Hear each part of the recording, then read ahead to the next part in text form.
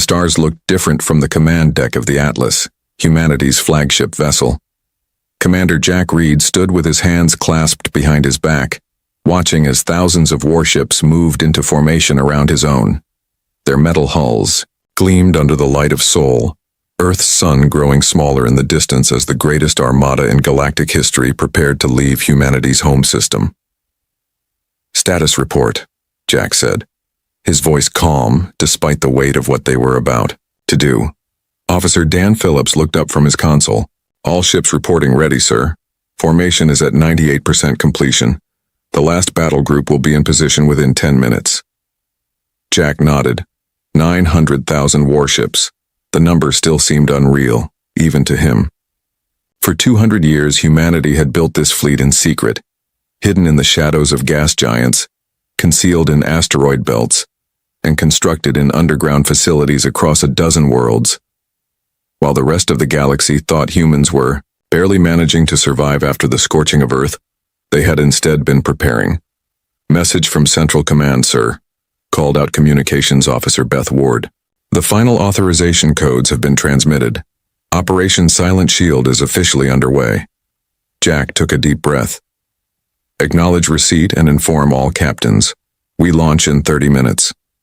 The command deck fell quiet as officers carried out their duties with practiced efficiency. These men and women had trained their entire lives for this moment. Some had never even set foot on Earth, born and raised on secret military stations where everything, from their education to their meals, prepared them for this mission. "Sir?" Beth's voice broke the silence, tension evident in her tone. "We're receiving transmissions from everywhere." Jack turned to her. "Explain." "Multiple species, sir. The Krell, the Duran hierarchy, even the Galactic Council itself. They're all sending diplomatic packets. Some are offering peace treaties, others military alliance. A few are simply begging." Jack walked to her station and looked at the screen filled with incoming transmission notices. "They've noticed us then?" "Yes, sir. And they seem scared." "Good," said a new voice from the doorway. Director Emma Cole, Earth's representative to the fleet, entered the command deck. Her gray uniform bore no military insignia, but everyone knew her authority exceeded even Jack's. "Let them be afraid for once." Jack turned to her. "Director Cole, welcome aboard the Atlas." Emma nodded, her eyes scanning the various displays showing the massive fleet. "After what they did to Earth, fear is the least they deserve." 73 years ago, the Galactic Council had deemed humanity too dangerous to leave unchecked.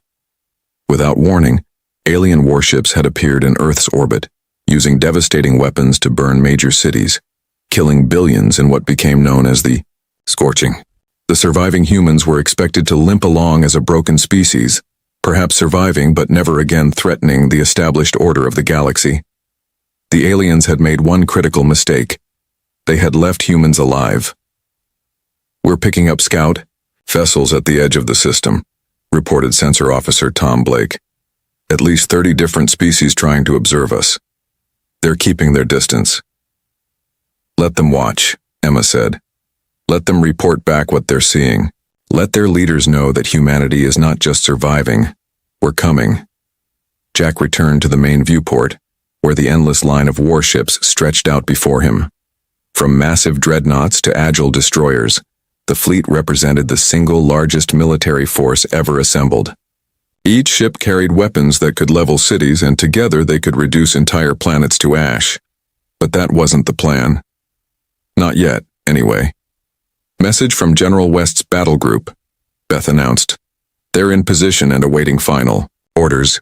"The same for Admiral Jones and Commander Lee," added Dan. "All 3 battle groups report ready."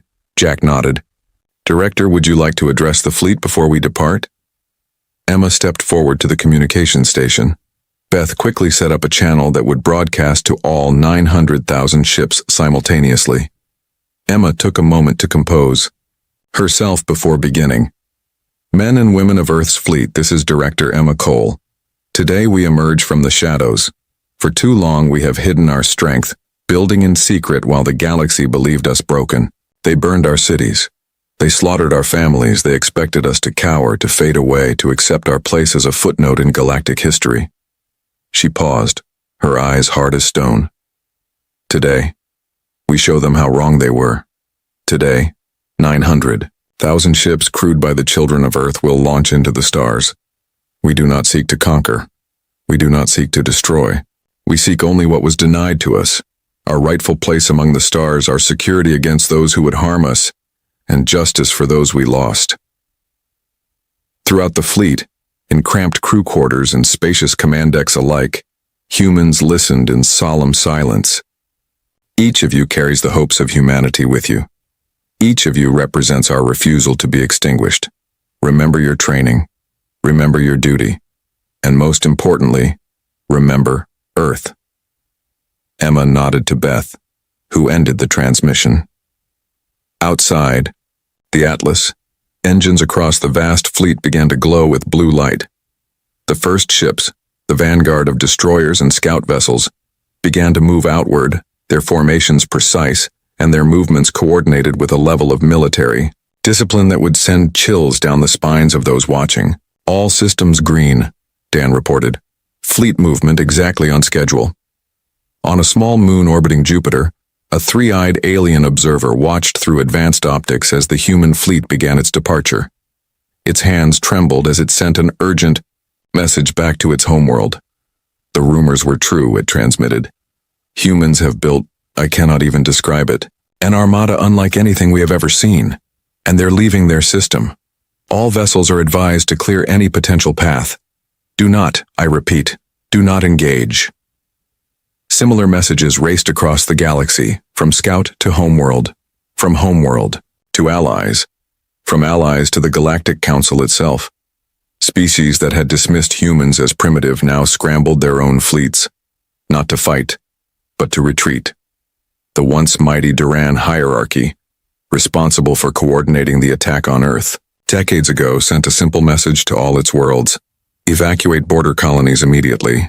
As the human fleet passed the orbit of Neptune, Jack looked at a small screen showing Earth, now just a pale blue dot in the distance. We're receiving a final message from Earth Command, Beth said quietly. It simply says, remember, but be better. Jack nodded slowly. Acknowledge receipt. The bridge fell silent again as the Atlas and its escorts accelerated toward the heliopause, the boundary where the solar system ended and interstellar space began.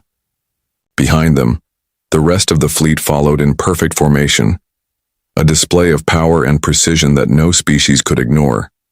900,000 warships, built in secret by a species that should have been broken, now launched into the galaxy, and the galaxy, for the first time in recorded history, was silent with fear. 3 weeks after leaving Earth's solar system, the human fleet divided into 3 massive battle groups. Each group contained 300,000 warships, a force that alone would have outmatched any single species in the known galaxy. The separation occurred with mathematical precision, ships breaking formation only to smoothly transition into new ones, like a dance practiced for years. Admiral Bill Thomas commanded Battle Group Alpha, tasked with approaching the core worlds of the Stellar Coalition, the loose alliance of species that had once supported the attack on Earth. His flagship, the Horizon, led from the center of the formation as they entered the Orion Spur. Any response to our approach? Bill asked, his weathered face showing no emotion despite the tension filling the bridge. Communications Officer Gina Miller shook her head. Nothing direct, sir. We're picking up increased chatter between their worlds, but they're avoiding official contact. They're scared, said Diplomatic Officer Paul Green, studying data on his tablet. Intelligence suggests they've evacuated 3 border systems already. They're pulling back their civilians. Bill nodded slowly. He was 62 years old, one of the few senior officers who actually remembered Earth before the scorching. He had been just a boy when the alien ships appeared in the sky and rained fire down on his hometown. That memory fueled him through military academy and his rise through the ranks. They should be scared, he said quietly. But fear without understanding won't serve our purpose. A Across the bridge, Officer Ryan Webb monitored the scanners. "Sir, we've got movement. A small group of ships has broken from the Praxis station ahead. 5 vessels approaching slowly." "Weapon status?" Bill asked immediately. "Passive, sir. Their weapon systems are powered down. Looks like a diplomatic vessel with escorts."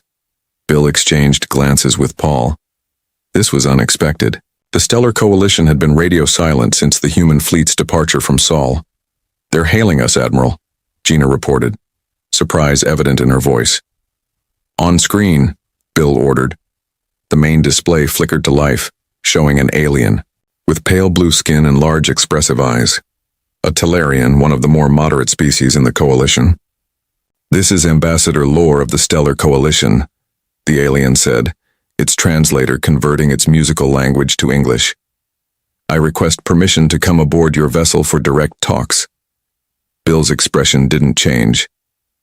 "Ambassador, this is Admiral Thomas of Earth Fleet's Battle Group Alpha. Why should we grant your request when your coalition participated in the attack on our homeworld?" The alien's eyes lowered slightly, a gesture of shame in their culture. "The coalition made a terrible mistake 73 years ago. We followed the Council's lead without questioning their judgment. Many of us have regretted that decision for decades." "Regret doesn't rebuild cities or bring back the dead," Bill replied coldly. "No," Lore agreed. "It does not. But perhaps dialogue can prevent more cities from falling and more people, yours and ours, from dying." In the engine room of the Horizon, Chief Engineer Matt Wilson was elbow-deep in the ship's propulsion system when his assistant brought him the news about the diplomatic vessel. "They actually want to talk?" Matt asked, wiping grease from his hands. "After all this time?" "That's what I heard," replied his assistant. "They're saying the Coalition has known about our fleet for months." Matt frowned. "That's impossible. We maintained complete communications blackout during construction. How could they know? No idea, but they didn't do anything about it. Just watched and waited." This troubled Matt deeply. As one of the engineers who had helped design the stealth systems for the human fleet, he took pride in their invisibility. If the aliens had known all along. "I need to check something," he said, hurrying to his workstation. He pulled up schematics of the alien surveillance network that Earth intelligence had mapped over the years. If there was a hole in their security, he needed to find it. 2 hours later, Ambassador Lore stood in the Horizon's conference room, surrounded by human officers. The contrast was striking. The tall, willowy alien with its flowing diplomatic robes facing humans in crisp military uniforms, their faces showing little emotion. "We detected your shipbuilding activities approximately 18 months ago," Lore explained, projecting a star chart showing human construction sites. "Our long-range probes identified unusual resource movements and energy signatures." "And you did nothing?" asked Bill, skepticism clear in his voice. "What could we do?" Lore's large eyes blinked slowly. "By the time we realized the scale of what humanity was building, it was already too late. Any aggressive action would have only triggered an immediate response from your forces." Paul stepped forward. "You could have informed the Galactic Council. They certainly would have attempted another attack." Lore's skin rippled slightly, a sign of discomfort. "Many in the Coalition opposed the first attack on Earth. We were overruled. The Council insisted humans were too unpredictable, too aggressive, to be allowed to develop further." "And now?" Bill asked. "Now, we see what happens when you corner a species and leave them no choice but to become exactly what you feared." Lore gestured to the viewport, where thousands of human warships were visible. "The Coalition wishes to negotiate a separate peace with humanity, independent of the Council's position." Back in his engine room, Matt had made a disturbing discovery. Pulling up communication records from alien satellites near one of their secret shipyards, he found evidence of regular surveillance. The aliens had indeed been watching them, but the strange thing was what they did with that information. Nothing. No alerts. No military buildups. Just observation. Matt immediately called. "The bridge. Admiral, I found something you need to see." While Matt shared his findings with Ship Command, Battle Groups Beta and Gamma were making their own first contacts across the galaxy. Battle Group Beta, commanded by Admiral Jane Foster, approached the Duran hierarchy's territory, the species that had led the attack on Earth. Unlike Battle Group Alpha's experience, they encountered no diplomatic vessels. The Durans were running. "They've abandoned another colony, Admiral," reported her second-in-command. "That's the fourth one. They're creating a buffer zone between us and their core worlds." Jane studied the tactical display showing Duran ships in full retreat. "They think we're here for revenge, aren't we?" asked her officer quietly. Jane gave him a measured look. "We're here for justice and security. Revenge would make us no better than them." Meanwhile, Battle Group Gamma held position at Crossroads Station, a major trading hub where three galactic arms met. The station, normally bustling with ships from dozens of species, now floated in near emptiness, most traders having fled at news of the human approach.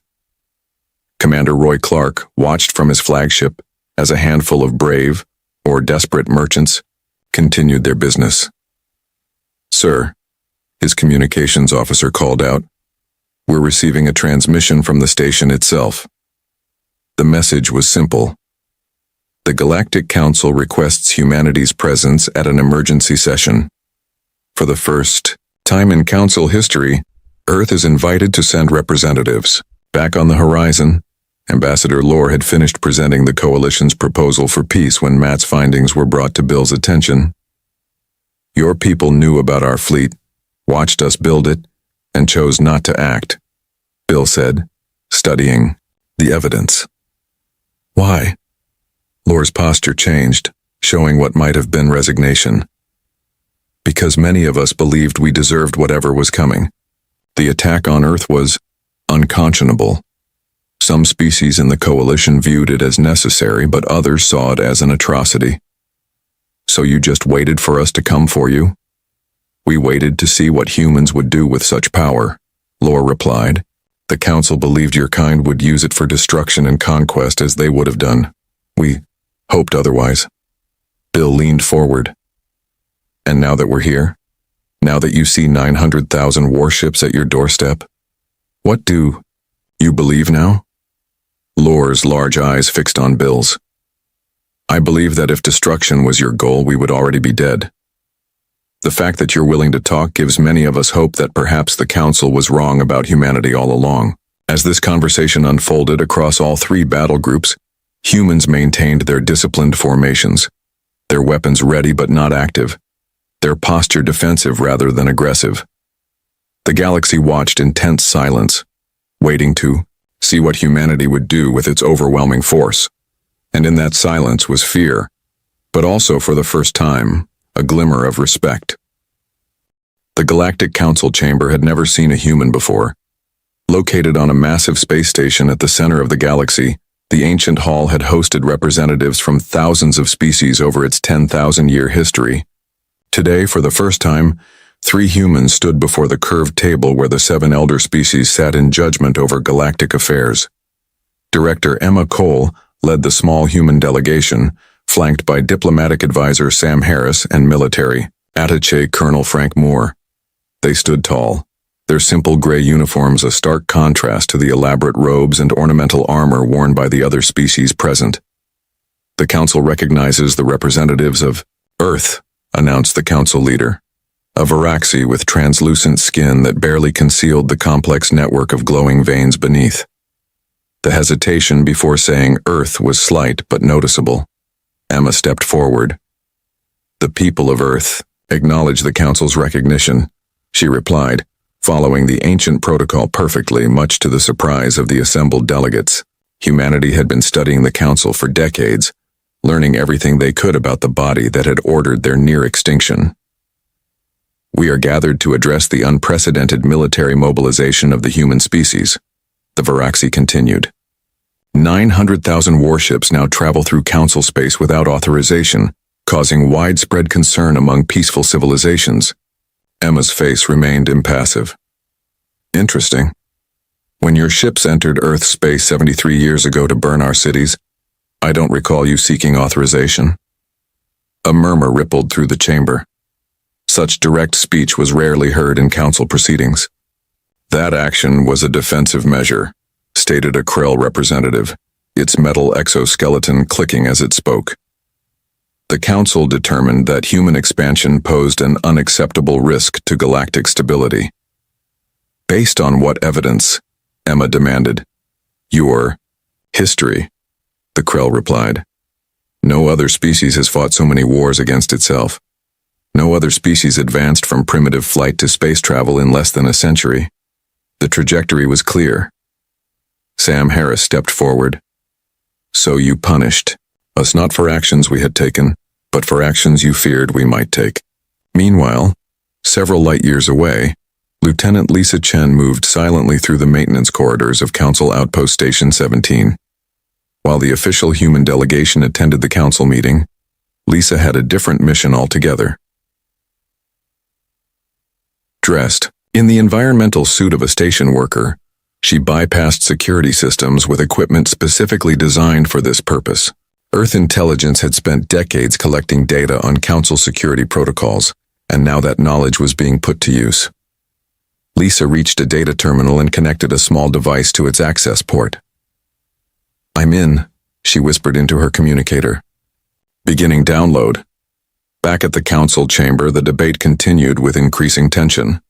The fact remains, said a Duran representative, that humanity has built the largest military force seen in the galaxy's modern era. How are we to interpret this as anything but a threat? Colonel Moore spoke for the first time. The same way, we were expected to interpret your unprovoked attack as a matter of security. The Varaxi Council leader raised a slender hand for silence. Perhaps we can address specific concerns. Will humanity agree to limitations on its fleet movements? Perhaps a gradual disarmament process? No, Emma said simply. The chamber fell silent. No negotiations about the size or movement of our fleet, she continued. Those are non-starters. We are here to establish new terms for humanity's place in the galaxy, not to surrender our only guarantee of safety. Then what do you propose? Asked the Varaxi. First, formal acknowledgement that the attack on Earth was unjustified. Second, reparations for the billions of lives lost. Third, recognition of all human-controlled space and colonies as sovereign territory, with guarantees against future aggression. The council members looked at each other in disbelief.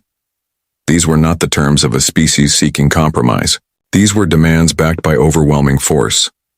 On Outpost Station 17, Lisa had downloaded terabytes of classified council data when an alarm suddenly blared. Security alert. Unauthorized access in Section 12D-B, announced the station's AI. Lisa quickly disconnected her device and placed it in a hidden compartment of her suit. She had what she came for. Now she just needed to escape. Two security officers rounded the corner ahead, tall tentacled Jaran known for their loyalty to the council. Lisa ducked into a maintenance shaft, using the station schematics memorized during her mission prep. She wasn't just an infiltration specialist, she was one of the few humans who had extensively studied Jaran physiology. She knew they could detect heat signatures but had poor vision in the blue light spectrum. Activating a small device on her belt, Lisa created a heat signature that moved in the opposite direction while her suit switched to emit only blue spectrum light. The Jarans followed the decoy, allowing her to make her way toward the extraction point. As the council meeting continued, the human battle groups maintained their positions across the galaxy. Battle Group Alpha remained near the Stellar Coalition worlds. Battle Group Beta kept the Duran hierarchy contained within their own space, and Battle Group Gamma held the strategically crucial crossroads position. Admiral Bill Thomas received an encoded transmission from the Horizon's communications officer. Sir, we've just received intelligence from Operation Looking Glass. Lieutenant Chen's mission was successful. Bill reviewed the summary of findings on a secure tablet, his expression growing grimmer with each swipe of his finger. Send this to Director Cole immediately. Priority channel. In the council chamber, Emma's secure communicator vibrated silently against her wrist. She glanced down at it briefly, then returned her attention to the council with a new coldness in her eyes. Before we continue these discussions, she said, interrupting a Krell representative mid-sentence, I'd like to ask about Project Containment. The chamber went completely still. Even the environmental system seemed to quiet. I don't know what you're referring to, the Varaxi Council leader said after a moment too long. Emma smiled without warmth. Strange. According to the files we've just acquired from your secure database, Project Containment was the code name for a plan developed not 73 years ago, but nearly 150 years ago, long before we had achieved significant space travel.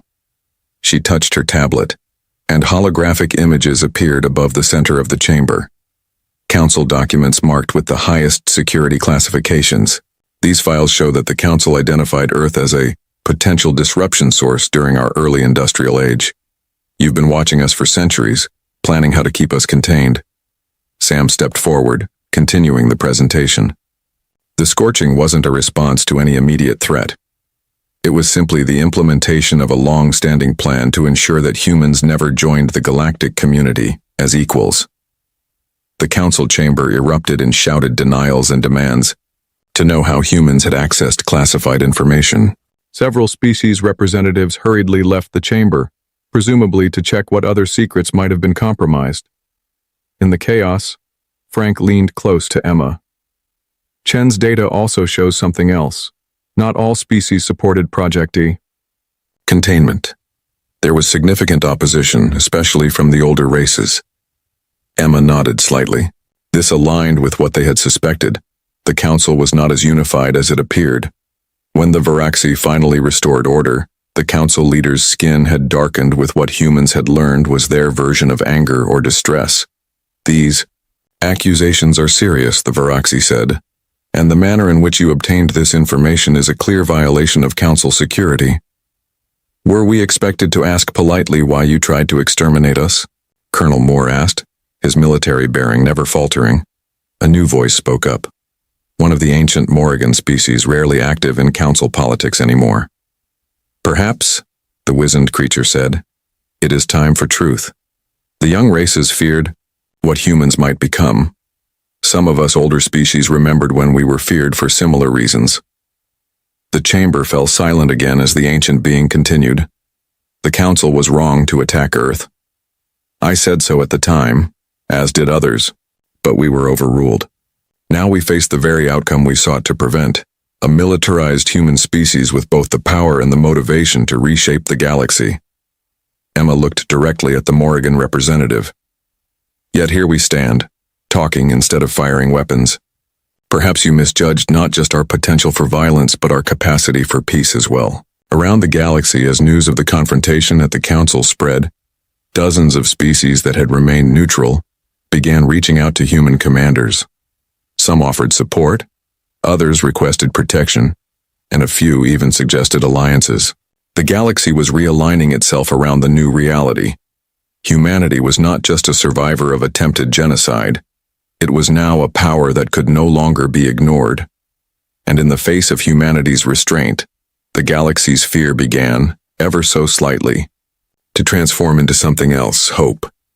Captain Robert Wilson stood on the bridge of the Defender, his eyes fixed on the tactical display. 50 alien warships approached his position, weapons hot and shields raised. They belonged to the Krell Imperium, the most militaristic faction of the Galactic Council and one of the chief architects of the attack on Earth 73 years ago. All hands to battle stations, Robert ordered, his voice calm despite the tension filling the bridge. Inform the battle group to assume defensive, Formation Delta. Around the Defender, 20,000 human warships moved with practiced precision, creating a three-dimensional net that would allow overlapping fields of fire while minimizing their own vulnerability. Sir, we're being hailed. Reported communications. Officer Amy Peters. On screen. Robert replied. The main display showed a Krell commander, its metal exoskeleton gleaming under harsh lights, compound eyes unreadable. Human vessels. This is War Leader Vex of the Krell Imperium. You have encroached on sovereign Krell space. Withdraw immediately or face destruction. Robert's expression didn't change. War Leader, this is Captain Wilson of the Earth Fleet. We are in neutral space as defined by Galactic Council maps. We have no hostile intentions toward the Krell Imperium. Your presence here is hostility enough, the Krell replied. The human fleet threatens the balance of power that has maintained peace for millennia. A peace that didn't include us, Robert pointed out. A peace that was built on the ashes of our cities. The Krell's mandibles clicked in what intelligence reports suggested was agitation. You were judged and found wanting. The sentence was carried out. That you survived to seek revenge is merely an oversight we will now correct. Before Robert could respond, the transmission cut off. The tactical display immediately lit up as the Krell ships accelerated toward the human formation. They're powering weapons, reported Tactical Officer Greg Turner. Reading energy buildup consistent with Krell plasma cannons. Robert straightened his uniform. Hold position, shields at maximum. Do not fire unless fired upon. The bridge crew exchanged glances. The defender could destroy the entire Krell force without assistance from the rest of the battle group. Yet, their orders were clear. Demonstrate restraint unless directly attacked. The Krell ships fired first. Brilliant blue energy lanced across space toward the human fleet. The shots impacted against advanced shields, dissipating harmlessly in flashes of light. Shields holding at 98%, reported Greg. No damage. Return fire, Robert ordered. Targeting weapons and propulsion systems only. Minimal force. The human ships responded with precision. Beam weapons struck the Krell vessels with surgical accuracy, disabling weapons emplacements and engine arrays without breaching hull integrity. Within minutes, 47 of the 50 Krell ships drifted powerless in space, unable to fight or flee. 3 Krell vessels attempting to withdraw, Greg reported. Let them go, Robert said. They can carry word of what happened here. Across the galaxy, on the human colony of New Hope, scientist Mark Evans worked in a research facility buried deep underground. He had never seen Earth, born 2 decades after the scorching, but like all humans, he carried the weight of that tragedy. Final sequence initiated, he announced to his team. Core stabilization holding at 99%. The device in the center of the laboratory pulsed with soft blue light. It wasn't much larger than a desk, yet it represented 20 years of secret research combining human innovation with reverse-engineered alien technology. If this works, said his colleague, Dr. Linda Hayes, it changes everything. Not just for us, but for everyone. Mark nodded. That's the point. The fleet bought us time. Now we need to use it wisely. The device's glow intensified as power readings climbed steadily. Many believed humanity's future depended on its massive fleet, but Mark and his team knew better. True security wouldn't come from having the biggest guns. It would come from changing the rules of the game entirely. Meanwhile, aboard the flagship Atlas, Earth's military leadership was divided. General David Gray pounded the conference table. In frustration, the Krell attacked us. We should respond with overwhelming force, show them and everyone else what happens when you fire on human ships.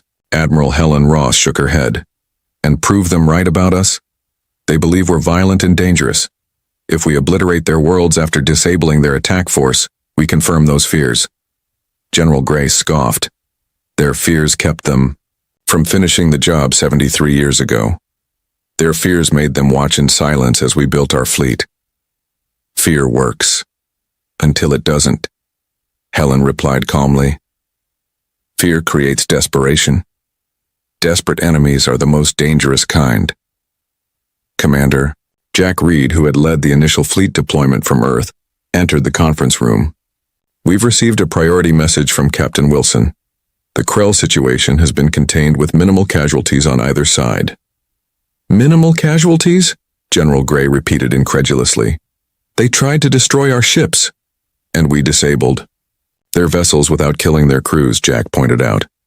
Already 17 species have reached out requesting meetings. They expected us to annihilate the Krell. Our restraint is confusing them. Helen smiled slightly. Good.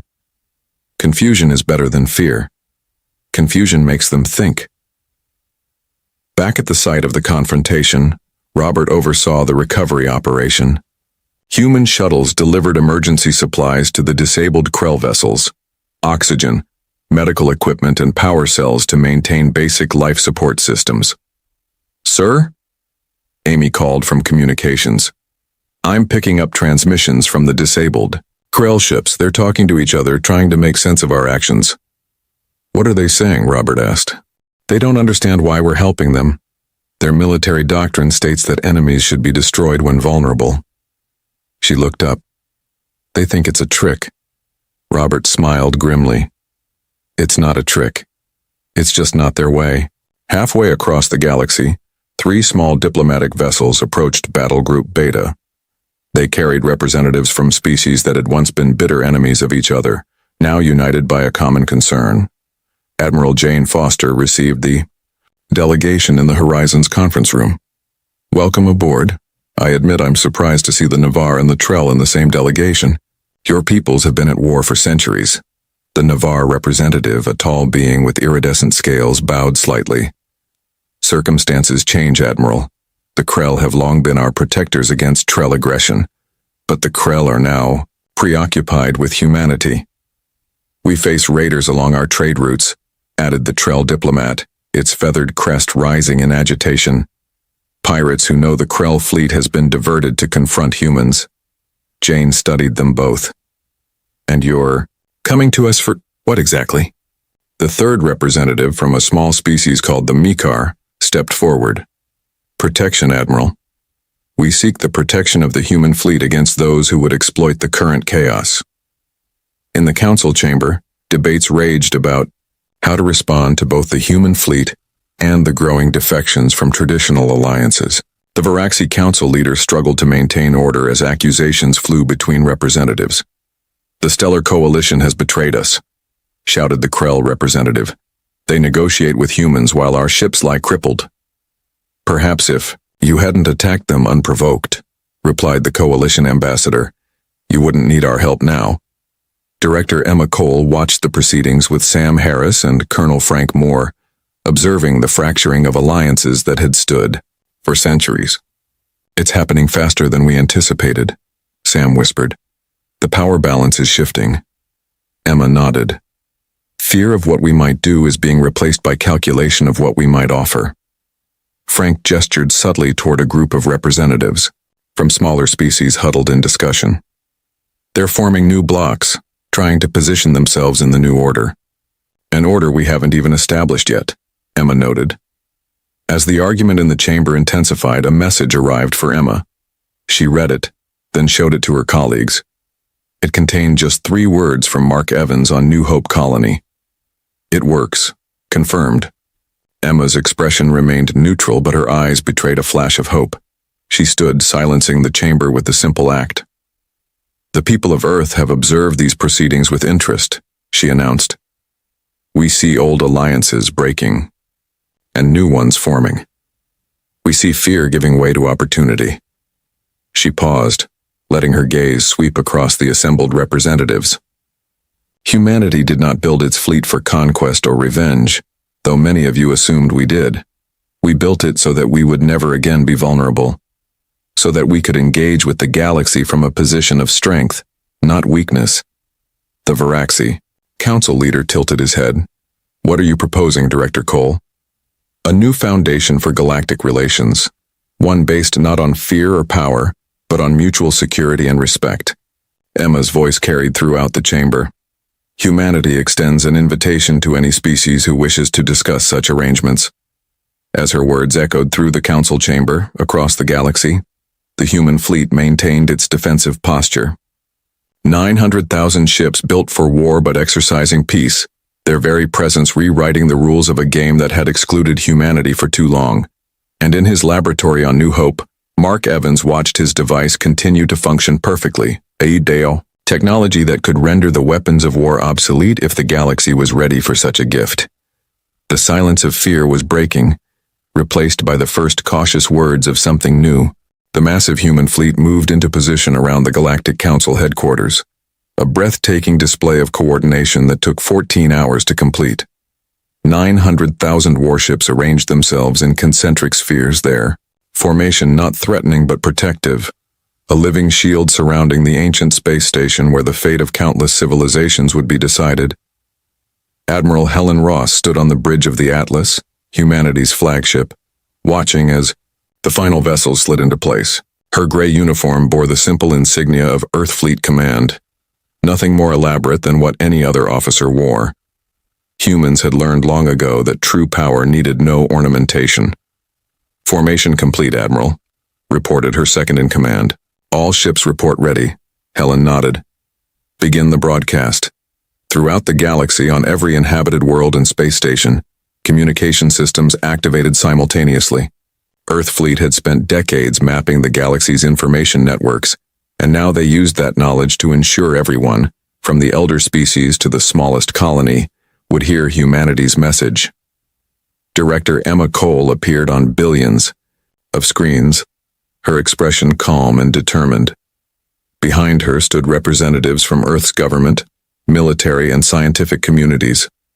"People of the galaxy," she began, "I speak to you today not as a conqueror, but as a survivor.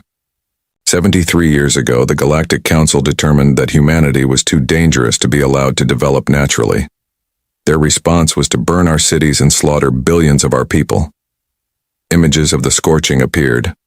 Earth's cities in flames, refugees fleeing across ruined landscapes, raw footage that humans had preserved as a reminder of what had been done to them. We were expected to fade away, a broken species clinging to a damaged world. Instead, we rebuilt. We remembered, and we prepared. The broadcast showed the human fleet surrounding the council station, the scale of it stunning even to those who had already heard rumors of its size. Today we could do to others what was done to us. We have the power to burn worlds, to reduce civilizations to ashes. There are some among us who argued we should do exactly that. The broadcast cut to scenes from recent events, the disabled Krell ships receiving aid from human vessels, diplomatic meetings with former enemies, the council chamber where humanity had revealed the truth about Project Containment. But humanity chooses a different path. We did not build this fleet for revenge. We built it so that we would never again be victims, so that we could speak to the galaxy not from a position of weakness, but from one of strength. Inside the council chamber, representatives from 217 species waited in tense silence. Some had been humanity's persecutors, others merely bystanders, and a growing number had become recent allies. Emma stood before them in person now, having transferred from the broadcast studio to the chamber. "Humanity's terms are simple," she announced. "First, the immediate dissolution of the current Galactic Council structure, which has proven itself unworthy of its authority." Murmurs rippled through the assembled representatives, but no one dared object with 900,000 human warships surrounding them. Second, the establishment of a new galactic assembly where all spacefaring species hold equal standing, including Earth. The Varaxi Council leader rose from his seat.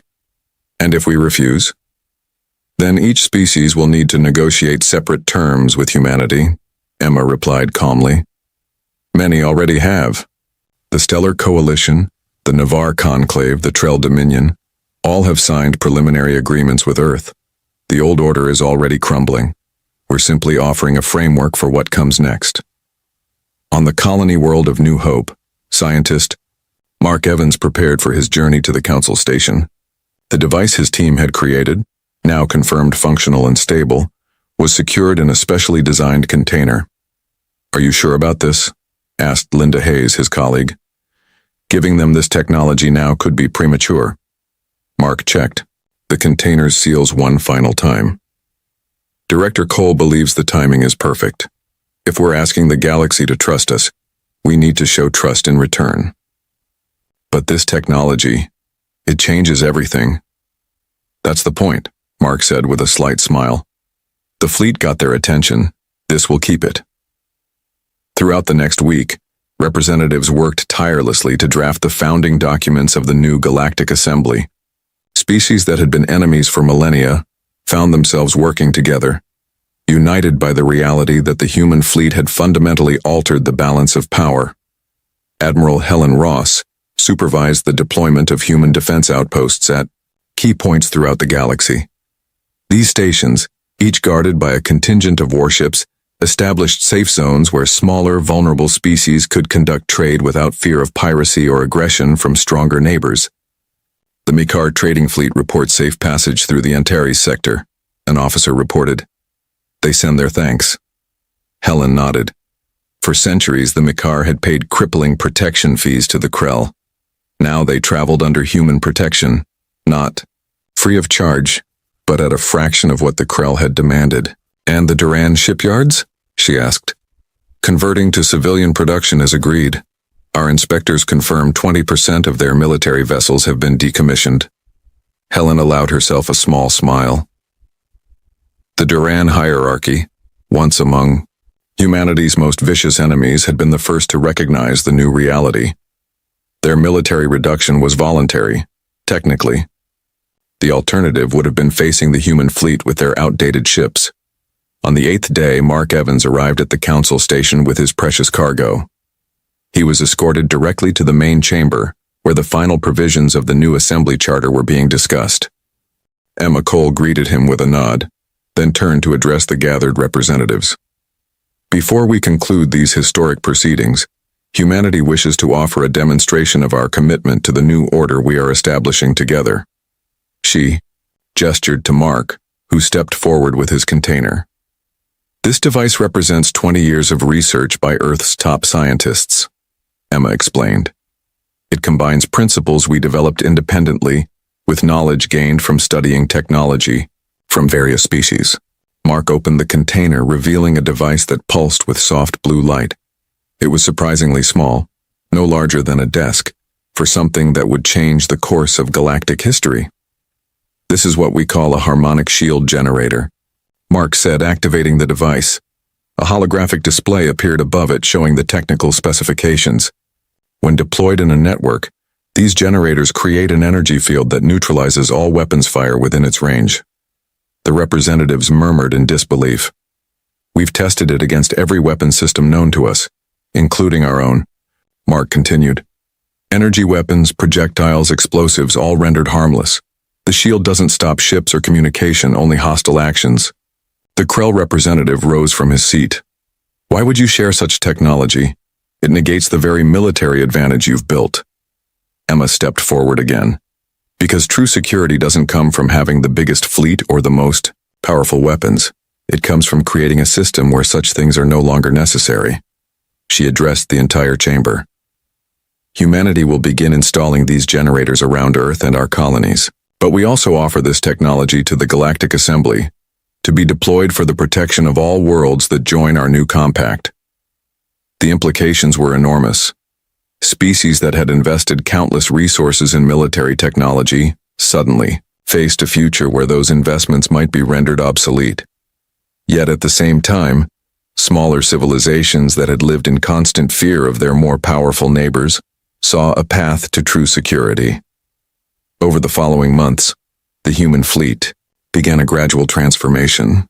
While maintaining its size and readiness, many vessels were converted to serve other functions: scientific exploration, disaster response, and peacekeeping. Battle Group Alpha, under Admiral Bill Thomas, established the first joint human-alien defense force incorporating ships from 12 former enemy species. Their first mission was protecting refugee convoys fleeing a stellar collapse in the Cygnus Arm. Battle Group Beta, led by Admiral Jane Foster, began the first deep space exploration mission beyond the known galaxy, inviting scientists from all member species of the new assembly to participate. And Battle Group Gamma, commanded by Captain Robert Wilson, oversaw the installation of the first network of harmonic shield generators around the assembly headquarters, symbolic protection for the new galactic order. 1 year after the human fleet had left Earth's solar system, Director Emma Cole stood in the great chamber of the Galactic Assembly.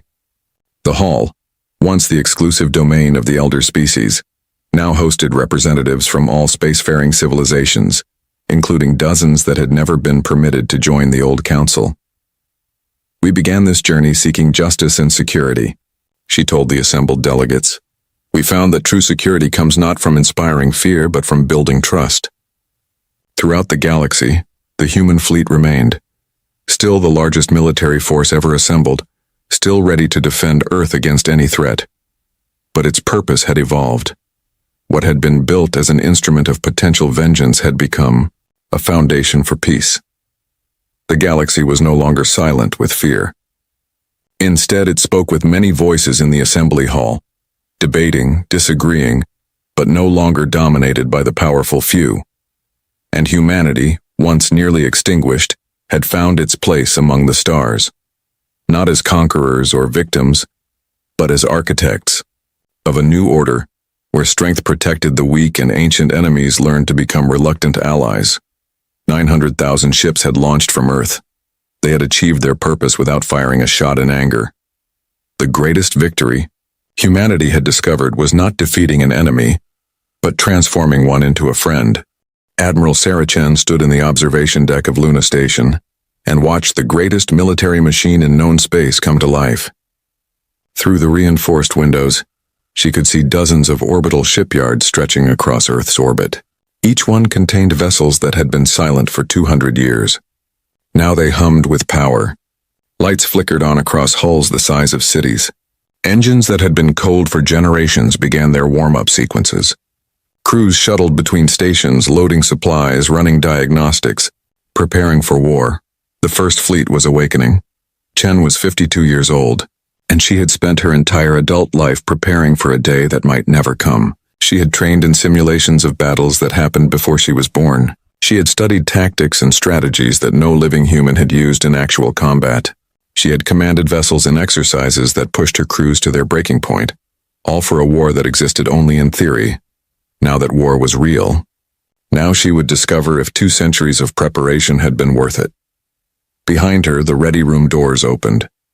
Commander Marcus Webb entered, carrying a data tablet and wearing the expression of a man who had not slept in 3 days. He probably had not. As the fleet's senior intelligence officer, Webb had been drowning in information about the Krell since the Council's request came through.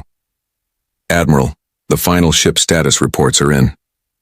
473 vessels ready for combat operations. Another 27 will need an additional 48 hours for their main reactors to fully cycle up.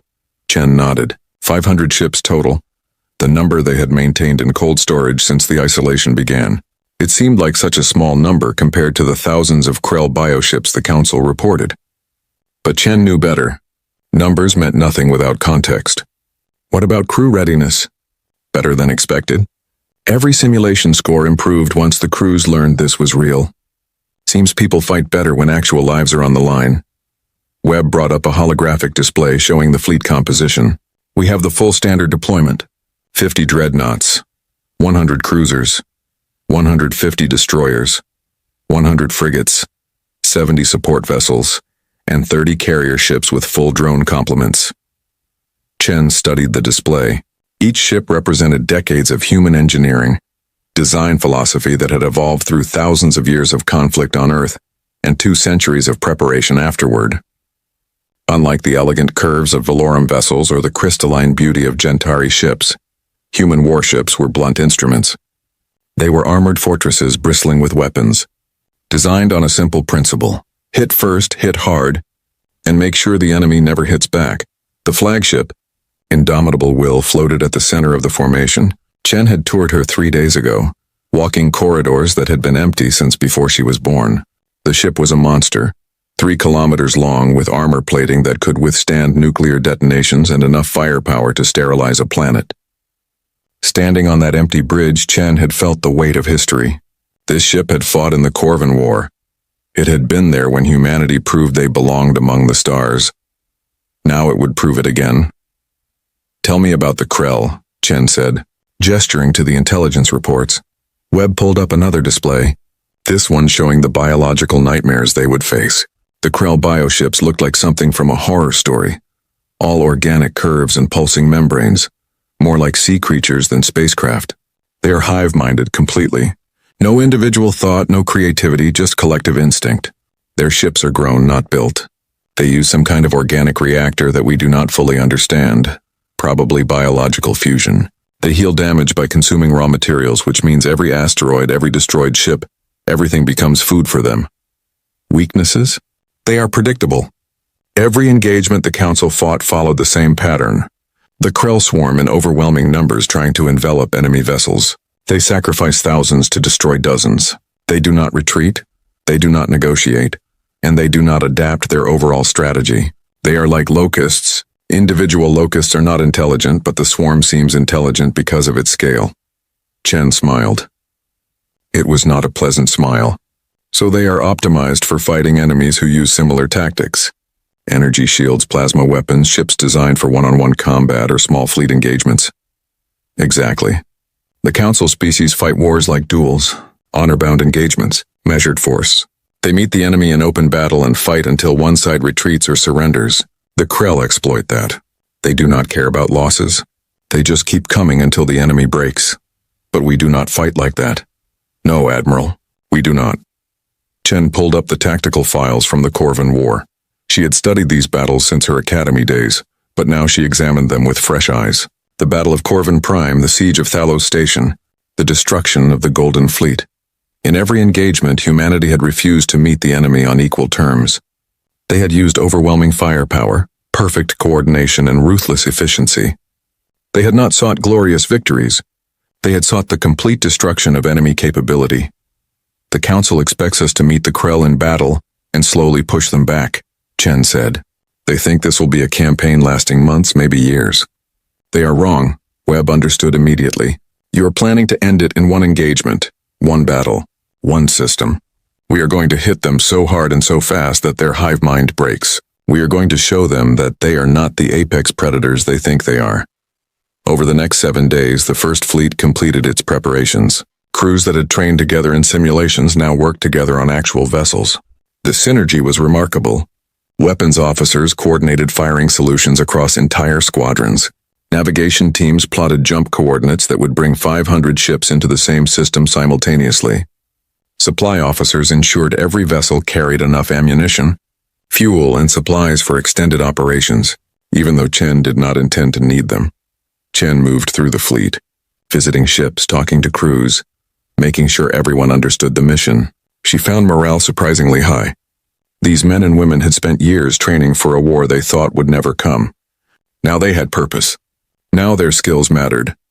On the indomitable will, she met with her senior staff for final planning. They gathered in the operations center, a massive room filled with holographic displays and tactical stations. This was where the battle would be coordinated, where 500 ships would move as one organism. The target is the Draven system, Chen announced, pulling up the star chart. According to Council intelligence, the Krell have massed their largest fleet there. They are preparing to assault the last major Gentari colony. The Council estimates 4,000 bioships, possibly more. They expect the colony to fall within days. Her staff studied the map. Some of them looked concerned at the numbers. 4,000 against 500 seemed suicidal. But Captain Amanda Price, Chen's chief tactical officer, was smiling. She understood. We are not going to defend the colony directly, Price said. Correct. We are going to position ourselves here, at the edge of the system near the star. We are going to force the Krell to come to us, and when they do, we are going to introduce them to human military doctrine. Commander Webb brought up the Krell tactical analysis. They will charge. They always charge. They will see our numbers and assume they can overwhelm us with their superior force. They will form a massive swarm and attack head-on. And we will be ready, Chen said. This is not going to be a battle of maneuver or endurance. This is going to be a turkey shoot. We set up our firing lanes, we maintain our formations, and we methodically destroy every single Krell vessel that comes within range. No heroics, no individual duels, just cold, efficient execution. She pulled up the weapons inventory. We have enough railgun ammunition to fire continuously for 12 hours.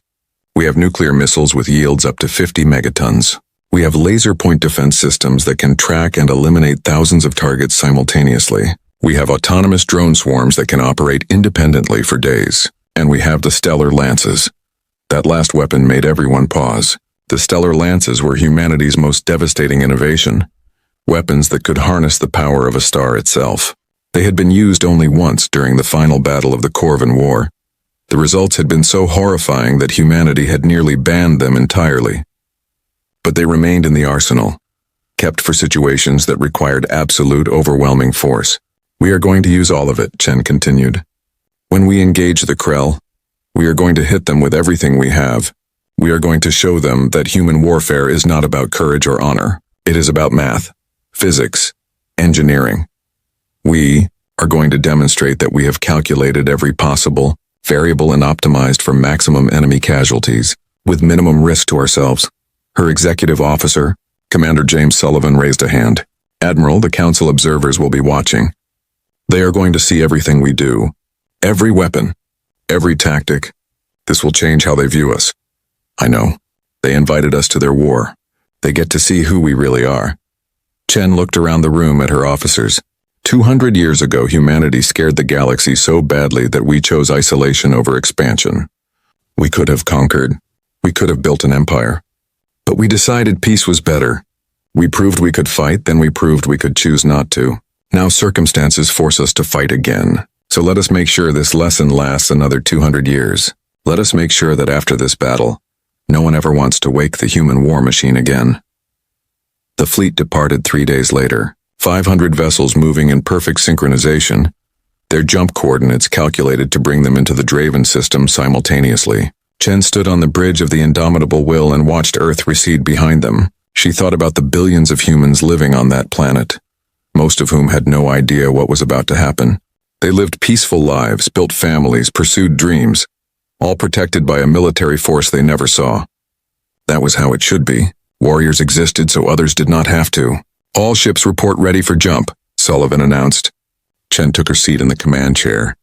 Through the viewport she could see the rest of the fleet, hundreds of vessels stretching into the distance like a constellation of man-made stars. This was humanity's answer to the question of their place in the galaxy.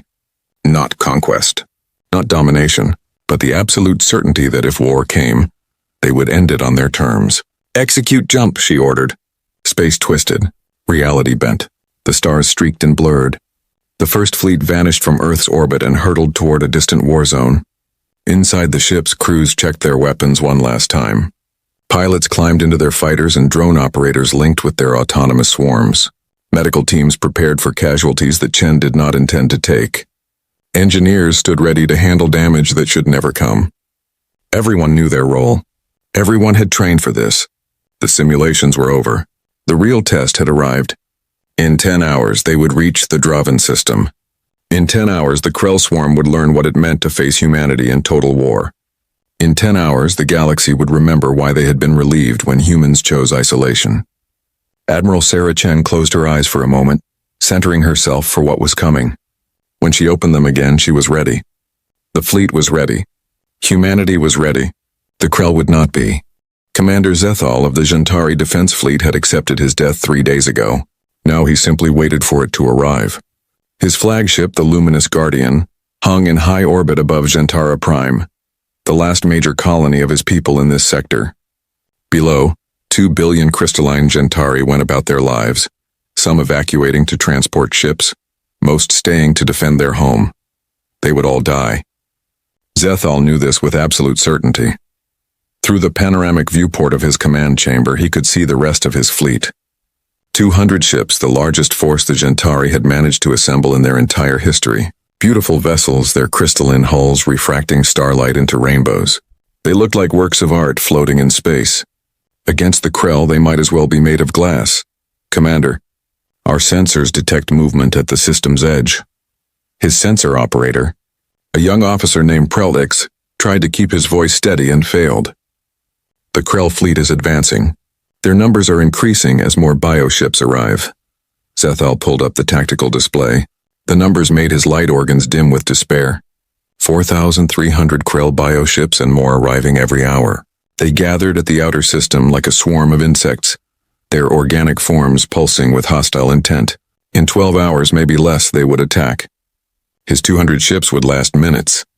Any word from the Council? He asked, already knowing the answer. Negative, Commander. All Council forces were ordered to withdraw. We are alone. Alone. The word echoed through the chamber. The Council had abandoned them, pulling back all military assets on the orders of some mysterious benefactors. Zethal did not blame them. What could the Council do? They had been fighting the Krell for 6 months and losing every battle. At least by withdrawing, they preserved their forces for the next system, the next desperate defense. but it left Gentara primed to die. Broadcast to the fleet. Zethal ordered. All ships are to hold formation. We do not advance. We do not retreat. When the Krell attack, we make them pay for every meter. We buy time for the evacuation transports. We die with honor. His crew acknowledged the order. Zethal could feel their resignation, their quiet acceptance of fate. They were good people, all of them. They deserved better than this. They deserved to live, to see their families again, to grow old and pass their stories to the next generation. Instead, they would become light and dust, sacrificed to buy a few more hours for those below. The hours crawled past. Zethal walked through his ship, visiting each station, thanking his crew personally. It was all he could offer them now. In the recreation chamber, he found a group of younger officers gathered around a view screen, watching old recordings of Gentara Prime during peaceful times. Crystal gardens glittering in sunlight, meditation towers humming with harmonic frequencies, children learning the ancient art of light weaving. "We will make them remember us, Commander," one of the young officers said. Her name was Saralyn, and she had graduated from the academy only 2 years ago. She should have had centuries ahead of her. The Krell will know they faced the Gentari defense fleet. They will know we did not surrender. Zethal placed a hand on her shoulder, a gesture of comfort among his people. They will know. The entire galaxy will know. He returned to the command chamber as the 12-hour mark approached. The Krell fleet had swelled to over 5,000 bioships. They began moving inward, a vast tide of organic horror flowing toward Gentara Prime. Zethal had seen recordings of Krell vessels up close. They looked like deep-sea predators, all teeth and hunger, their hulls pulsing with bioluminescence. They made sounds that human translators could not properly interpret, subsonic pulses that felt like screams. "All ships report ready, Commander," his tactical officer announced. "Weapons charged. Shields at maximum. We are prepared." Zethal opened a fleet-wide channel. "Warriors of Gentara, this is Commander Zethal. In moments we will face an enemy that knows no mercy, no honor, no peace. They will destroy us, but before we fall, we will show them the light of our people. We will burn so brightly that the entire galaxy will see. For Gentara, for our families, for the hope that somewhere, somehow, someone will stop this plague before it consumes everything." The responses came back from 200 ships. "For Gentara."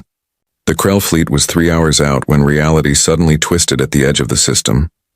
Zethal's sensors erupted with warnings. Something massive was emerging from hyperspace. Multiple somethings. The gravitational distortions were enormous, far larger than anything the Council species used. "Report," Zethal demanded, hope and fear warring in his chest. Krellick stared at his displays in disbelief. "Commander, we have new contacts. Many new contacts. They are appearing near the system's star. Range approximately 3 billion kilometers from our position. They are not Krell. Signatures do not match anything in our database." The tactical display updated, showing the new arrivals. 500 vessels of unknown design. They were not beautiful like Gentari ships or elegant like Valorum vessels. They were brutal, utilitarian, covered in armor and weapons. They looked like they were built for one purpose only. "War. Broadcast on all frequencies," Zethal ordered, his voice shaking. "Unknown vessels, identify yourselves. This system is under Krell attack. If you are not hostile, please respond." The response came immediately in perfect Gentari. "Gentari Defense Fleet. This is Admiral Sarah Chen of the Terran First Fleet. We are here to resolve your Krell problem. Recommend you maintain current position and do not engage. We will handle this. Terran. Human." The word sent a shock through the command chamber. Zethal had heard the stories, of course. Everyone had. The species that appeared 200 years ago and dismantled the Corvan Empire with terrifying efficiency. The species that scared the galaxy so badly, they chose isolation rather than deal with diplomatic pressure. The species that treated warfare like a science problem rather than a test of courage. "Admiral Chen, this is Commander Zethal. The Krell fleet numbers over 5,000 vessels. They are 3 hours from our position and accelerating. Your fleet is too far from the battle to provide effective support. We appreciate your arrival, but, Commander, trust us. We know where we are. Hold your position. That is an order." The transmission ended. An order. The human had given him an order. Zethal should have been offended. Instead, he felt a strange sense of relief. These humans had come across the galaxy to help. They must have some plan, Some strategy that he did not understand. What are they doing? Prelix asked, studying the sensor data. They are maintaining position near the star. They are not advancing to intercept the Krell. They are not even moving into defensive formation around the planet. Zethal looked at the tactical display, trying to understand human thinking. The Terran fleet was positioned far from Gentara Prime, near the system's star. From that range, their weapons would be nearly useless. Energy beams would scatter. Missiles would have too much distance to cover. Even with perfect targeting, the Krell could simply avoid any attacks launched from that position. Unless the humans were not planning to defend the planet at all. Unless they had some other strategy. Open a channel to the Council observation ship, Zethal ordered. The Council had stationed a small vessel in the outer system to monitor the situation. Ambassador Valora herself was aboard, watching the last stand of Gentara Prime. Valora's holographic image appeared, her blue skin pulsing with barely contained emotion. Commander Zethal, I see the humans have arrived. Yes, Ambassador, but they are positioned at the edge of the system. I do not understand their strategy. Can you explain what they intend? Valora was silent for a long moment. No, Commander, I cannot. Humanity does not share their military doctrine with us. But I was told by their ambassador that when the human fleet arrived, the war would end quickly. I suggest we trust them. Trust. It was all they had left. The Krell fleet continued its advance, seemingly unaware or unconcerned about the human arrival. Perhaps their hive mind dismissed 500 ships as insignificant compared to their 5,000. Perhaps they simply did not care. They had never faced an enemy they could not overwhelm with numbers. That was about to change. At the edge of the system, aboard the Indomitable Will, Admiral Chen watched the Krell fleet on her tactical displays. They were exactly where she wanted them, committed to their attack run on Gentara Prime, moving in a predictable pattern. Perfect targets. All ships report ready, Admiral, Commander Sullivan announced. Weapon systems charged. Firing solutions calculated. Drone swarms prepared for launch. We are in position. Chen studied the formation. The first fleet had arranged itself in a perfect killing grid, overlapping fields of fire that covered every possible approach vector. The Krell would have to come through that grid to reach the planet. They would not make it. Open a channel. All frequencies. I want everyone to hear this. Council observers, Gentari fleet, and the Krell. A moment later, Sullivan confirmed the channel was open. Chen spoke calmly, her voice carrying the weight of 2 centuries of human military tradition. Krell Swarm, this is Admiral Sarah Chen of the Terran First Fleet. You are ordered to cease your advance and withdraw from the system immediately. You have 60 seconds to comply. This is your only warning. On the luminous Guardian, Zethal heard the transmission and felt his light organs pulse with confusion. A warning? To the Krell, they did not negotiate. They did not retreat. They only consumed. The Krell response came as a series of subsonic pulses that the translators interpreted as hostile intent. The bioships accelerated, changing course toward the human fleet instead of Gentara Prime. They saw the humans as a threat now, something to be consumed before finishing their attack on the planet. Chen watched the Krell formation shift. 5,000 bioships, each one a living weapon, each one capable of adapting and healing. Against a conventional fleet, they would be unstoppable. Against humanity, they were targets. 60 seconds expired, Sullivan reported. The Krell are approaching at attack speed. They will be in their optimal engagement range in 10 minutes. Perfect, Chen said. She opened the fleet channel. All ships, this is Admiral Chen. You know your orders. You know your targets. When I give the word, weapons free. Show them what 200 years of preparation looks like. Show them why humanity chose peace. Show them that we chose peace because we are very, very good at war. She paused, watching the Krell swarm approach like a living nightmare. 5,000 vessels against 500. The entire galaxy was watching, waiting to see if humanity could back up 2 centuries of reputation. Weapons free, Chen ordered. Begin obliteration protocol. The calm ended. Annihilation began. The first wave came from the carrier ships.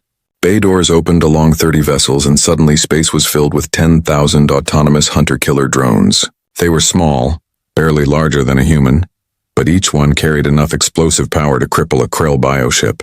More importantly, they were fast and intelligent, controlled by quantum networked AI that allowed them to coordinate attacks with perfect precision. The drones accelerated to attack speed in seconds, forming a screen between the human fleet and the approaching Krell. They did not wait for the enemy to reach them. They surged forward like a mechanical storm. Aboard the luminous Guardian, Commander Zethal watched in amazement as his sensors tracked the drone swarm. What are they doing? Those drones are too small to make a difference against bioships of that size. He was wrong. The first drone reached its target, a medium-sized Krell vessel that pulsed with hostile bioluminescence. The drone did not attempt to damage the hull. Instead, it latched onto the organic surface and activated its payload, a shaped nuclear charge, precisely calculated to penetrate and detonate inside the bioship. The explosion was small by stellar standards, barely 5 kilotons, but it was inside the vessel. The Krell bioship ruptured from within, spilling frozen atmosphere and biological matter into space. It tried to heal, organic membranes flowing to seal the breach, but 3 more drones struck before it could recover. The bioship died, its bioluminescence fading to black. That was one.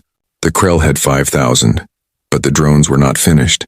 They moved through the Krell formation like sharks through a school of fish, each one seeking a target, each one delivering its lethal payload. Explosions blossomed throughout the swarm.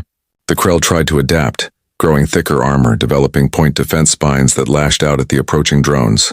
They destroyed hundreds of the small attackers, but 10,000 drones were attacking 5,000 targets. The math was simple. Even if the Krell destroyed 90% of the drones, the remaining 10% would be enough to kill 1,000 bioships. That was when the railguns opened fire. The human fleet had positioned itself in a perfect firing grid. Each ship had been assigned specific targets, specific firing lanes, specific solutions calculated by quantum computers that processed millions of variables per second. When the railguns fired, there was no dramatic light show like plasma weapons. There was only the sudden acceleration of tungsten rods to 10% of light speed. The Krell never saw them coming. The first salvo struck with the force of nuclear weapons. Tungsten rods, each one massing several tons, struck Krell bioships at relativistic speeds. The kinetic energy was devastating.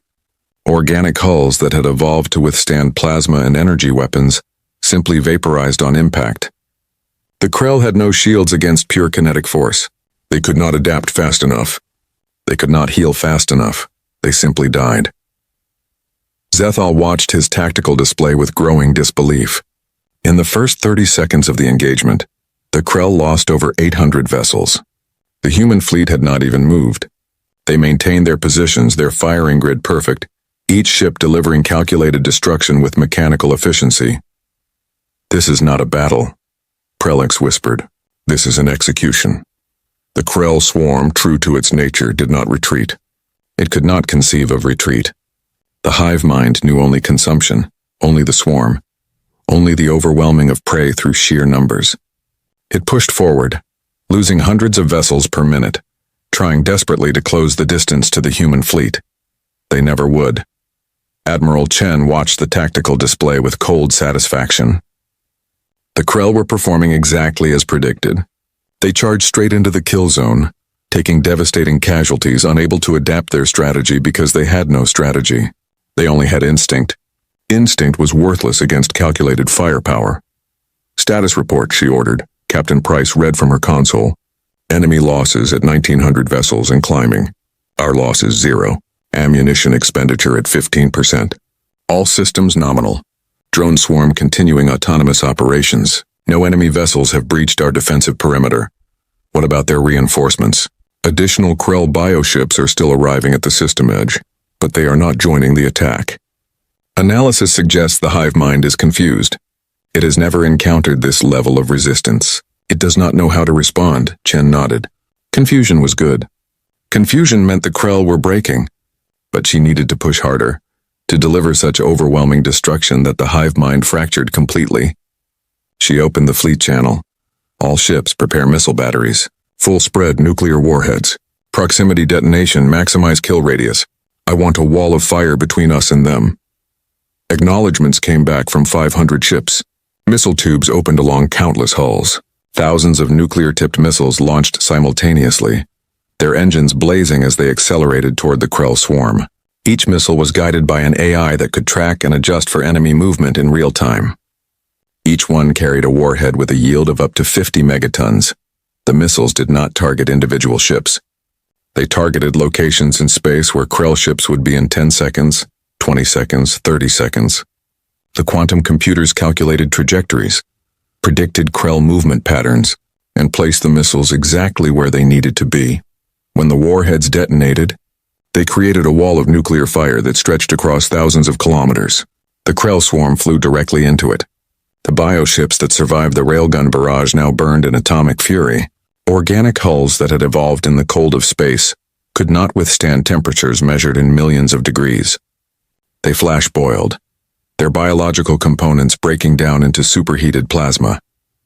The Krell lost another 1,000 ships in 15 seconds. On the Council observation vessel, Ambassador Valora watched the battle with a mixture of awe and horror. She had seen wars before. She had witnessed fleet actions, orbital bombardments, desperate last stands, but she had never seen anything like this. The humans were not fighting. They were destroying, methodically, efficiently, without mercy or hesitation. Ambassador, her sensor operator called out. The Krell are trying to flank.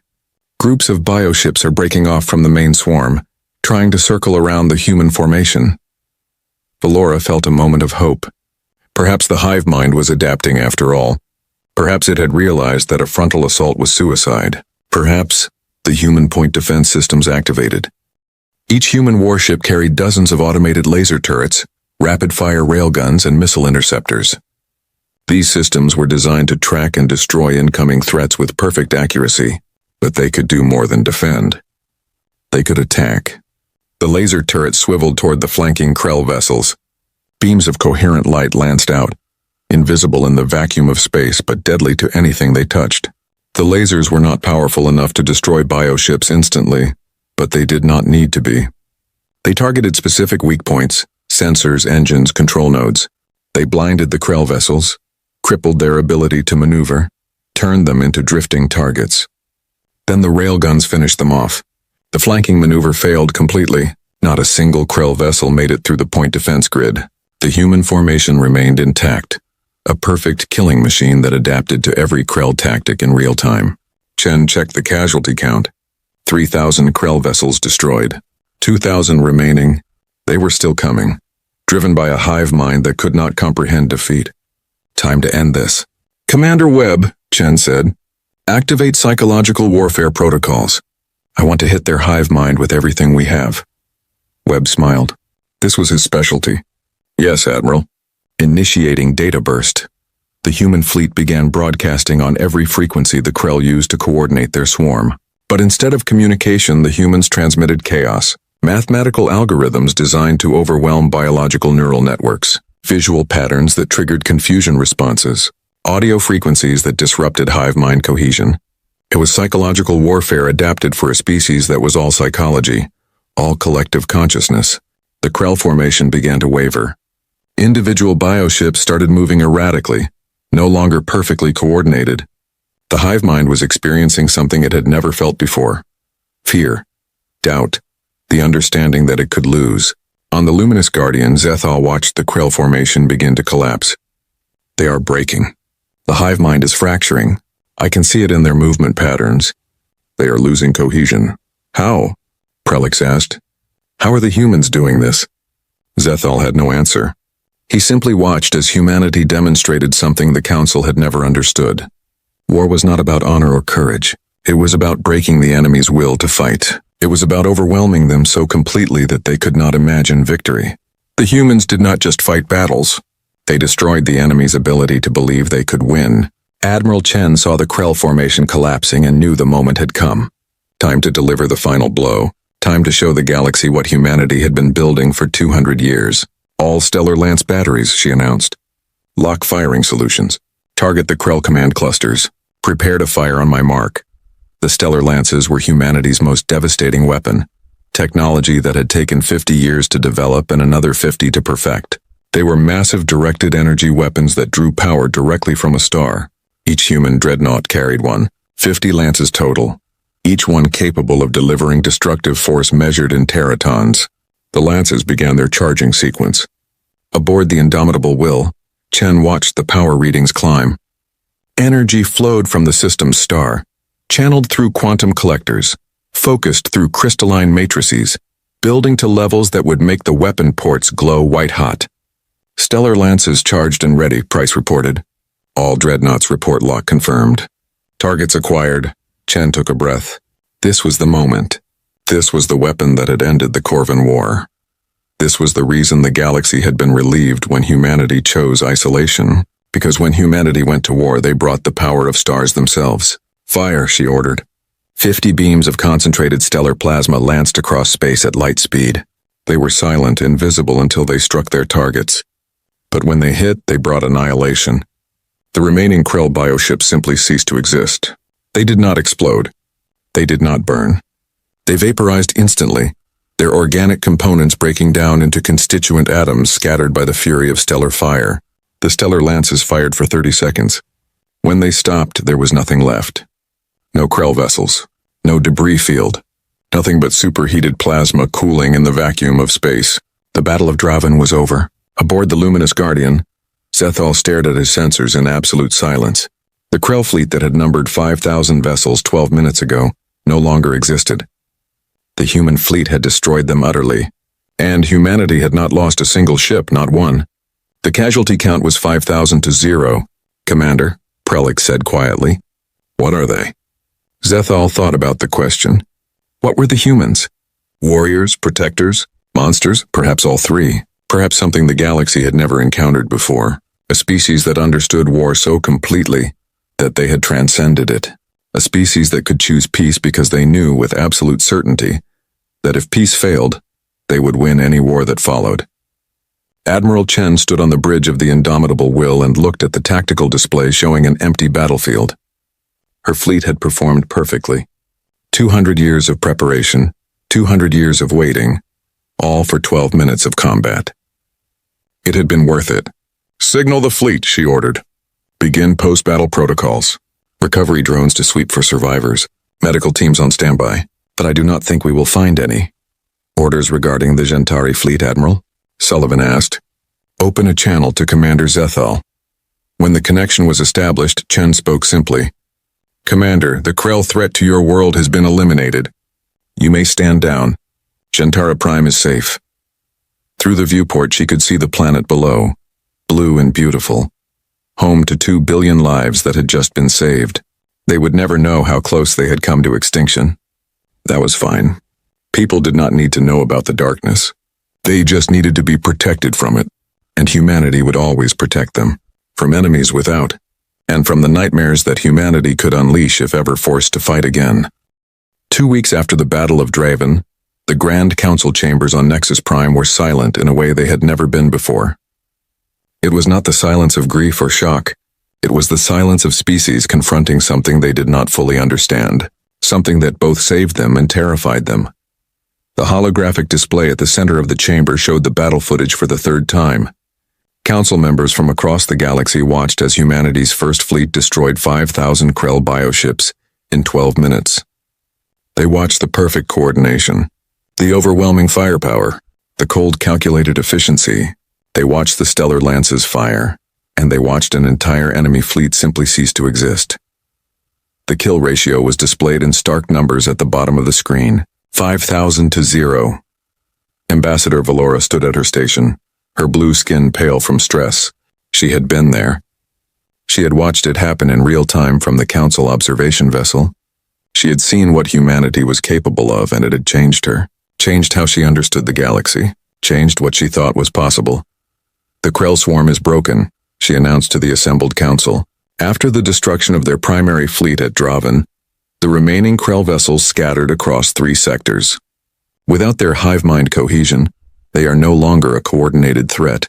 Local defense forces have been eliminating isolated bioships for the past 2 weeks. The crisis is over.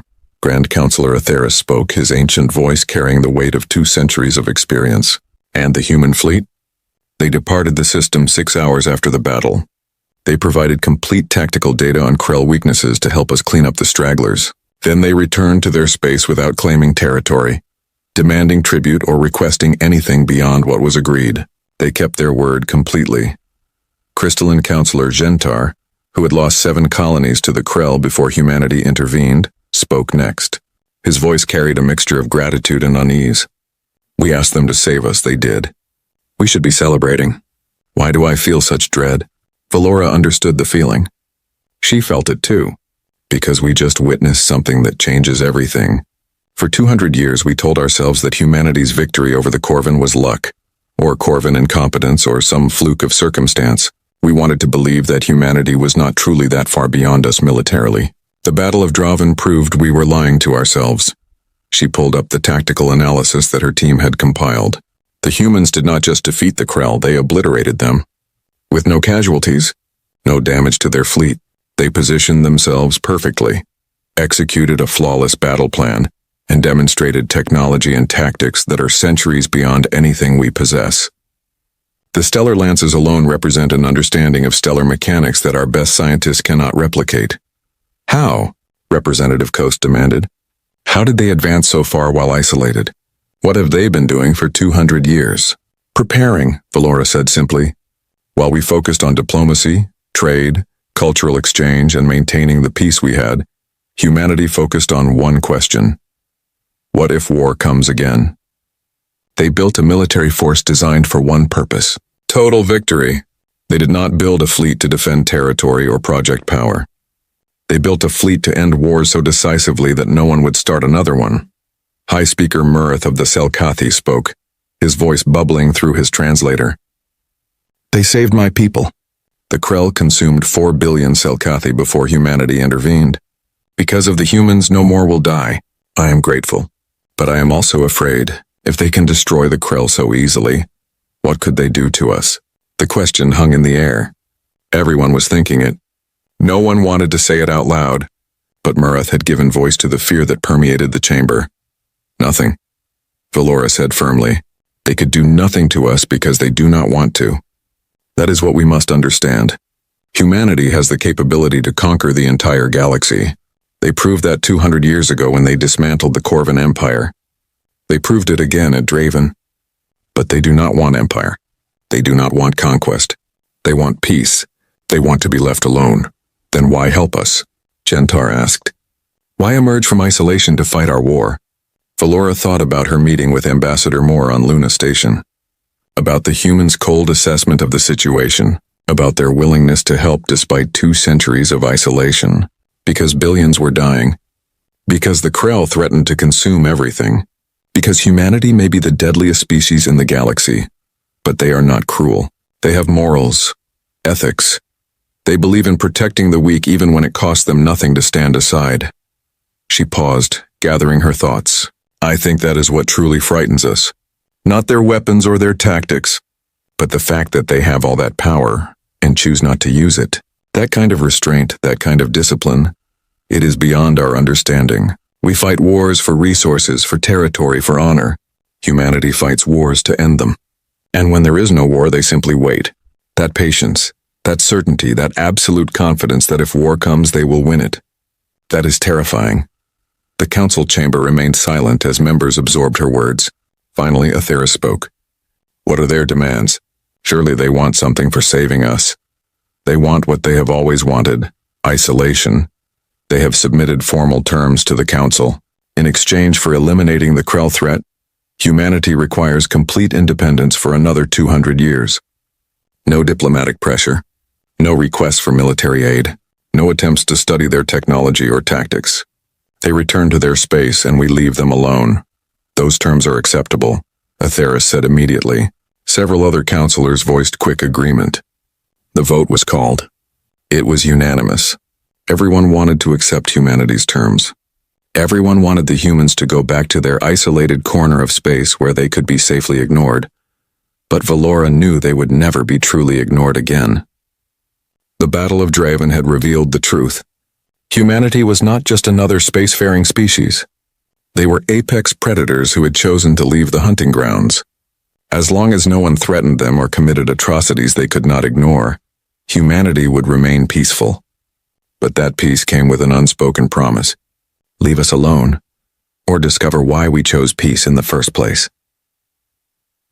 3 days later, Valora found herself aboard a council transport en route to rendezvous with the human flagship. Admiral Chen had agreed to one final meeting before the First Fleet returned to Earth.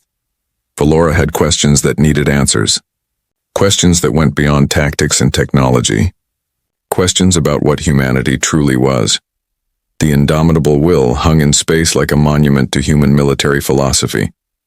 Ugly, brutal, covered in weapons and armor. No elegant curves. No artistic flourishes. Just a machine built to do one job with perfect efficiency. Valora's transport docked at the main hangar, and she was escorted through corridors that felt more like a fortress than a ship. Admiral Chen met her in an observation deck overlooking Earth's solar system. The human commander looked tired but satisfied. She had done her job. She had saved billions of lives. Now she wanted to go home. "Ambassador Valora," Chen said, gesturing to a seat. "I understand you have questions." Valora sat, studying the human. Chen was not physically imposing. She was average height, average build, aging into her 50s. But there was something in her eyes. A certainty.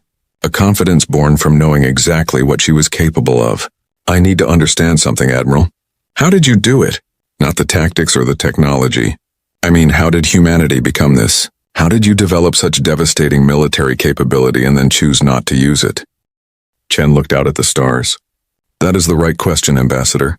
Most species ask about our weapons. You ask about our restraint. Do you know how long humanity spent at war with itself? Your records indicate approximately 10,000 years of continuous conflict. Longer if you count prehistoric tribal warfare. Humans have been killing each other since before we developed written language. We perfected warfare over millennia. We learned every possible way to defeat an enemy. We built weapons that could end our own species. Nuclear weapons, biological plagues, chemical agents. We brought ourselves to the brink of extinction multiple times." Chen turned to face Valora, and then something changed. "We realized that we were very, very good at war. Too good. So good that another major conflict would destroy us. We had to make a choice. Continue our warlike nature and die, or learn restraint and live. We chose life, but we did not forget the lessons of war. We could not afford to. The universe is not a safe place. So you maintained your military capability while pursuing peace. We maintained more than capability. We refined it, perfected it. We built a military force that could end any war quickly and decisively, because we understood something fundamental. Long wars are brutal. They cause suffering. They destroy civilizations. If war becomes unavoidable, the most merciful thing you can do is end it immediately. That is why we hit the Krell so hard. Not because we enjoy destruction, but because a quick, decisive victory saves lives in the long run. The Krell will not attack anyone again. Their hive mind is broken. That is billions of lives saved across the galaxy. Valora absorbed this. It was an alien philosophy to her people. The Valorum believed in measured responses, proportional force, warfare as a last resort conducted with honor. The idea of overwhelming destruction as a form of mercy was difficult to comprehend. "The Council is afraid of you," Valora admitted. "We are grateful, but we are afraid. You have shown us that you are so far beyond us militarily that there is no comparison. What stops you from conquering us all?" Chen smiled sadly. "The same thing that stopped us 200 years ago. We do not want to. Ambassador, humanity learned a hard lesson in our history.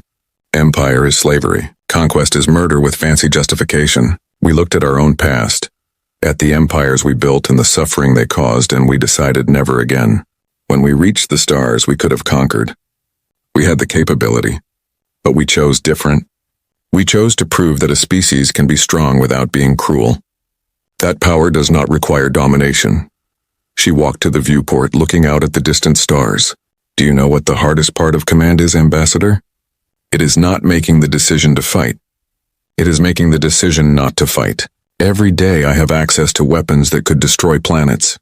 I command a fleet that could level civilizations. And every day I choose not to use that power. That choice, that restraint, that is what defines us. Not our weapons. Our discipline.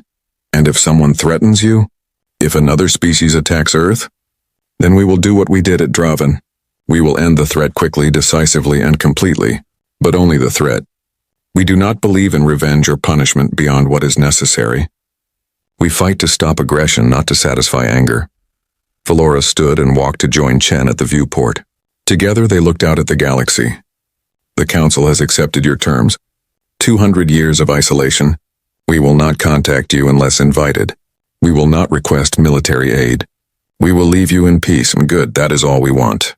But Ambassador, I want you to understand something. If another threat like the Krell emerges, if the galaxy faces extinction again, humanity will come. Not because we seek glory or gratitude, but because it is the right thing to do. We have the capability to protect others. That gives us the responsibility to do so when the need is dire, but only when the need is dire. I will remember that, Admiral. I will make sure the Council remembers it too. Chen extended her hand, a human gesture of respect and farewell. Valora took it, feeling the strength in the human's grip. Safe travels, Ambassador. May the next 200 years be peaceful for all of us. Safe travels, Admiral. 10 hours later, the first fleet departed for Earth. Valora watched from her transport as 500 human warships jumped to hyperspace simultaneously. Vanishing in a perfect coordinated sequence, they left behind a galaxy that was safe from the Krell threat. They left behind species that would rebuild their losses. They left behind a legend that would be told for generations. The story spread quickly. Across 1,000 worlds, people shared the tale of humanity's battle fleet, how it had appeared when all seemed lost, how it had destroyed an unstoppable enemy in minutes, how it had saved the galaxy and asked for nothing in return except to be left alone. The story changed with each telling, growing more elaborate, more dramatic. But the core remained the same. Humanity was not to be trifled with. Humanity was strong beyond measure, but humanity was also merciful. They could destroy, but they chose to protect. They could conquer, but they chose to isolate. They were the species that every civilization hoped never to fight, and the species every civilization hoped would arrive if they needed help. On Earth, Admiral Chen stood in the decommissioning ceremony as the first fleet returned to cold storage. The ships would sleep again, maintained and ready, waiting for the next crisis that required their intervention. Waiting for the day when humanity would again prove that power without restraint was not strength. It was weakness. She thought about the Battle of Draven, about the faces of her crew as they realized their training had paid off, about Commander Zethal's stunned expression when he understood what humanity had done, about Ambassador Valora's final question about restraint. That was the real lesson of Draven. Not that humanity could fight. Everyone knew that. The lesson was that humanity could choose not to fight. That was true strength. That was what separated them from the Krell, from the Corvin, from every species that saw warfare as glory or conquest as achievement. At the edge of human space, automated systems activated. A massive warning beacon powered up, its message broadcasting on all frequencies. Ships from across the galaxy would detect it. They would read the message and understand. Here resides humanity. We prefer peace. We offer friendship to those who respect our borders. We will defend the innocent when no one else can. We are strong. We are capable. We are patient. Do not mistake our isolation for weakness.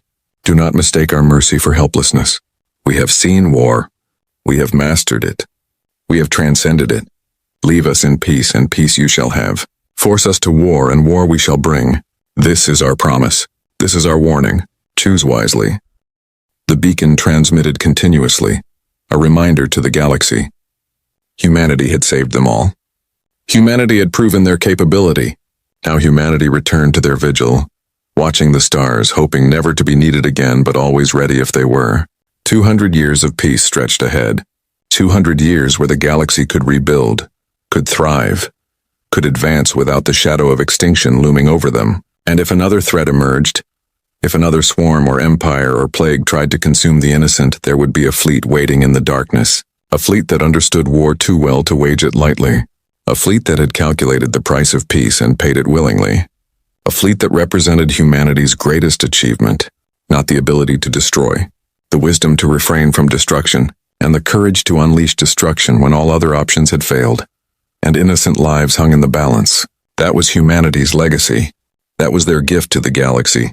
Not just protection, but the example that power without purpose was meaningless. That strength without compassion was cruelty. That the greatest warriors were those who fought only when necessary, and mourned every battle they won. Admiral Chen returned to her office and filed her final report. Mission accomplished. Threat eliminated. Fleet secured. Humanity safe.